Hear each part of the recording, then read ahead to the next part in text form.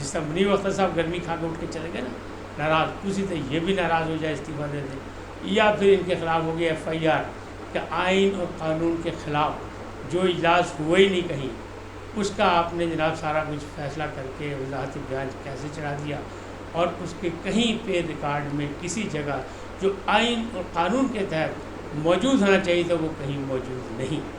اور تو پھر یعنی پریکٹس اینڈ پروسیجر کمیٹی میں بھی سنایا نہیں گیا، اور کس بینچ نے سنا، کن لوگوں نے سنا، کس کمرے میں، کس چیمبر میں سنا گیا، کسی چیز کا کوئی ریکارڈ نہیں. تو حاجی شاہ جی پھنس گئے ہیں. تو اب اسلام آباد سے آوازیں آ رہی ہیں کہ شاہ جی اٹھو اب کوچ کرو. یعنی وہ جلد از جلد سپریم کورٹ کا چیف جسٹس بننا چاہتا، حالانکہ انہیں نے بننا تو وہی سینئر ترین تھے، لیکن جس انداز میں پریکٹس اینڈ پروسیجر کمیٹی کے اندر 2 ججز ایک طرف ہو کے انہوں نے کارنر کر دیا قاضی فائز عیسیٰ کو، یعنی قبضہ کر لیا سپریم کورٹ پہ، تو یہ اس کا ریئیکشن سمجھ. یہ ساری چیزیں جلد بازی میں ہو رہی ہیں، اور یہ سارے نادان دوست ہیں انہی کے جن کو فائدہ پہنچانا چاہ رہے تھے، ان کو فائدہ نہیں پہنچ پا رہا، مسائل گڑبڑ ہوتے جا رہے ہیں اور مسئلہ حل نہیں ہو رہا. تو آگ بڑی زور کی بھڑکی ہے. چنگاری جو تھی جسے سمجھ رہے تھے، میں نے کہا تھا کہ گمسان کی جنگ، تو گمسان کی جنگ روز بروز تیز ہو رہی ہے، اور یہ نظام عدل جو ہے وہ بھی خطرے میں پڑ گیا، اور اس کے جو یعنی کسٹوڈین ہیں جج صاحبان جو ہیں، ان کی بھی نوکریاں اور ان کے بھی معاملات جو ہیں، ان کی بھی شخصیات جو ہیں وہ بھی نشان زدہ ہو گئی ہیں، اور اب فیصلہ آنا ہی آنا ہے. میں نے آپ کو بتایا تھا صبح کے میلاد میں کہ وہ فواد چودھری صاحب کہہ رہے ہیں کہ جناب ججز استعفیٰ دے دیں گے، وکلا تحریک چلائیں گے. تو یہ بھی بات کی گئی ہے کہ جس طرح حکومت نے فیصلہ کیا نا کہ آئینی ترامیم جو ہیں وہ مختلف مراحل میں لائی جائیں گی. پہلی میں بھائی آئینی عدالتی کمیٹی کی بات ہوگی، اور دوسرے میں پھر باقی باتیں ہوں گی انسانی حقوق کی اور 63A کی اور باقی معاملات کی. اسی طرح استعفوں کے بارے میں بھی یہی افواہ ہے اسلام آباد میں کہ پہلے 3 استعفے آئیں گے، یہ 4 استعفے آئیں گے، پھر 2 استعفے آئیں گے، پھر مختلف کہتے ہیں ہائی کورٹ سے استعفے آئیں گے، اور وکلا تحریک شروع ہو جائے گی. انہوں نے پرسوں کا اعلان کیا ملک گیر کا، عمران خان صاحب نے ان کا حمایت کا کیا ہے. ایک آج ہوگی یعنی جو یکجہتی کے لیے ہوگی، جو کل سے جو ہوگی دوسرے دن یعنی 27 کو وہ ہوگی وکلا تحریک. وکلا تحریک کا بھی سلسلہ ہے، تو وہ فواد چودھری کہہ چکے ہیں اس کا سامنا کرنا پڑے گا حکومت کو. اب جو ایک اور بڑی خبر ہے، وہ بڑی خبر یہ آئی کہ 7واں اجلاس ہو گیا الیکشن کمیشن کا، اور ابھی تک وہ جو مخصوص نشستوں والا فیصلہ ہے اس میں ابھی گفتگو چل رہی ہے، مشاورت چل رہی ہے، اور وہاں کوئی فیصلہ نہیں ہو پا رہا. تو خبر یہ نکلی، نکالنے والوں نے نکالی کہ جناب وہ تو لڑائی پہ آ گئی. یعنی 5 ارکان ہیں، 4 ارکان ہیں اور ایک چیف الیکشن کمشنر ہے. ان 5 ارکان کی جو ہے اجلاس میں 2 لوگوں نے کہہ دیا کہ جناب فوری طور پر سپریم کورٹ کا جو فیصلہ آیا ہے یعنی اکثریتی اس پر عمل درآمد کر دیا جائے. اور ایک اور بھی سوشل میڈیا پہ ایک لڑ چلتا رہا کہ جناب حکومت نے، صدر پاکستان نے فوری طور پر جو ہے وہ منصور علی شاہ کے نوٹیفیکیشن جو ہے وہ جاری کر دیا ہے.